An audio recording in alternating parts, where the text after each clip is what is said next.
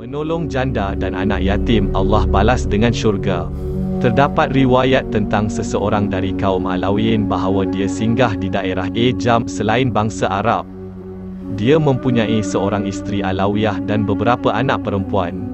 Mereka hidup dengan kenikmatan yang melimpah. Kemudian sang suami meninggal dunia. Setelah itu, isteri dan putri-putrinya mengalami kefakiran dan sangat memerlukan. Lantas perempuan tersebut bersama putri-putrinya keluar ke daerah lain lantaran khawatir musuh-musuhnya merasa gembira dengan musibah yang menimpanya. Lantaran udara yang terlalu dingin, perempuan tersebut membawa anak-anaknya singgah ke beberapa masjid yang dimuliakan.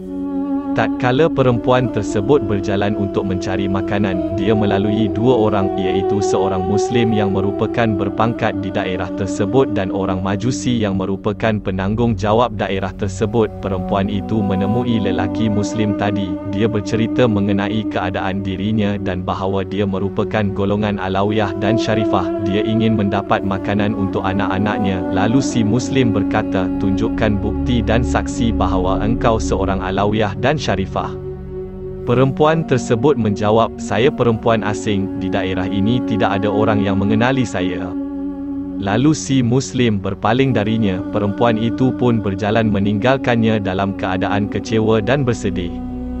Kemudian dia mendatangi orang Majusi dan menceritakan keadaan dirinya kepadanya. Lantas si Majusi bangkit dan meminta pembantunya untuk menjemput putri-putri perempuan itu. Lalu putri-putri perempuan itu dibawa ke rumahnya. Dia memberi makan kepada mereka dengan makanan yang paling enak dan memberi mereka pakaian dengan pakaian yang paling menarik. Semalaman mereka bersama si Majusi dengan penuh kenikmatan dan kemuliaan. Pada saat tengah malam, Muslim berpangkat itu bermimpi dalam tidurnya seakan-akan kiamat telah datang. Dia memegang bendera di atas kepala Nabi SAW. Tiba-tiba kelihatan sebuah istana dari zamrud hijau. Terasnya terbuat dari mutiara dan yakut. Di dalamnya terdapat kubah-kubah terbuat dari mutiara dan marjan. Lalu dia bertanya, "Untuk siapakah gedung ini?" Rasulullah SAW menjawab, "Bagi seorang Muslim yang bertauhid." Dia berkata, "Wahai Rasulullah, saya seorang Muslim yang bertauhid."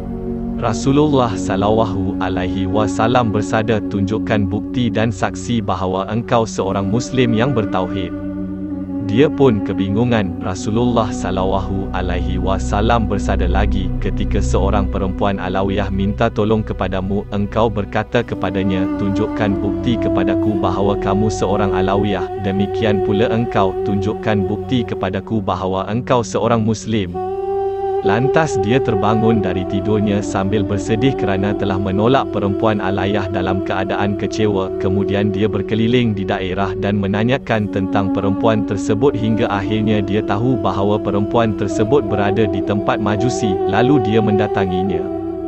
Dia berkata kepada Majusi, "Saya menghendaki perempuan Syarifah Alawiyah serta putri-putrinya dari dirimu."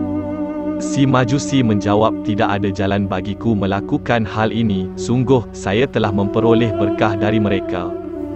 Dia berkata lagi, "Silakan ambil 1000 dinar dari diriku, tetapi serahkan perempuan itu kepadaku."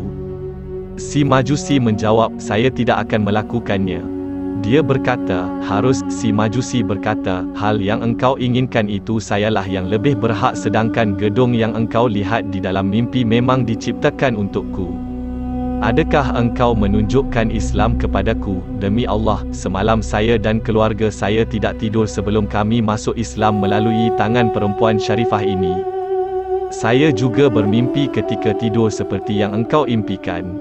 Rasulullah SAW bersabda kepadaku, "Apakah perempuan Alawiyah serta putri-putrinya bersama kamu?"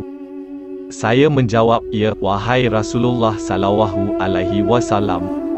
Beliau SAW bersabda, "Gedung itu untukmu dan keluargamu. Kamu dan keluargamu termasuk penduduk surga. Di dalam azali, Allah Subhanahu wa Ta'ala memang menciptakanmu sebagai orang mukmin." Kemudian orang Muslim tersebut pulang dengan membawa kesedihan dan kesusahan yang hanya diketahui oleh Allah Subhanahu wa Ta'ala. Oleh kerana itu, lihatlah berkah dan kemuliaan berbuat baik kepada para janda dan anak yatim.